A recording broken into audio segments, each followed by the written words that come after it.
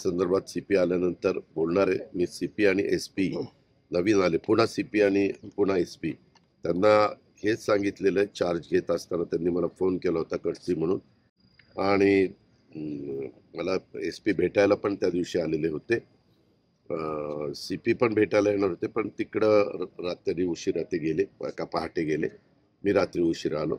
मी त्यांना ही गोष्ट सांगणार आहे की बाबा एवढं करून पुन्हा जर कुणाची मस्ती असेल तर ती मस्ती ही पोलिसी खाक्या दाखवून आपल्याला ते कंट्रोलमध्ये आणावी लागेल.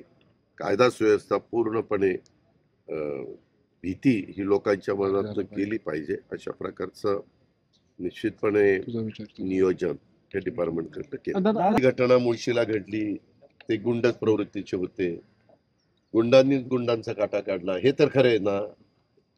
का दुसरं कोण आलं होतं? एक मिनिट, हे तसं झालं. उल्हासनगरच्या बाबतीमध्ये जरी सत्ताधारी पक्षाचे आमदार असले तरी कारवाई ताबडतोब करण्यात आलेली, आणि त्यांचे जमिनीच्या व्यवहारातनं झालंय. कारण ते तर निवांत पोलीस स्टेशनला बसलेले, तिथेही आपल्याला दिसतंय. बरं, त्याच्यामध्ये पोलिसांचं म्हणजे खरोखरीच कौतुक केलं पाहिजे एक नागरिक म्हणून.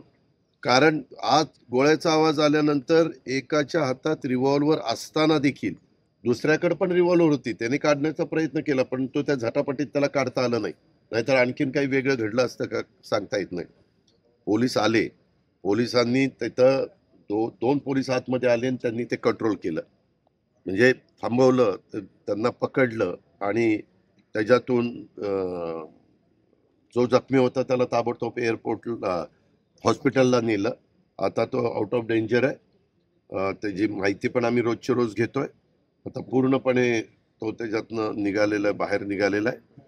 आणि दुसरी गोष्ट म्हणजे जे काही बाकीचे लोक होते त्याच्यात रुलिंग पार्टीचा आमदार वगैरे असा कुठलाही विचार न करता त्यांना पण अरेस्ट करलेली आहे, आणि पोलिसांची पुढची कारवाई चालू आहे. त्याच्यामध्ये आपल्याला बिहार आणि युपी वगैरे याची उदाहरणं ते देतात.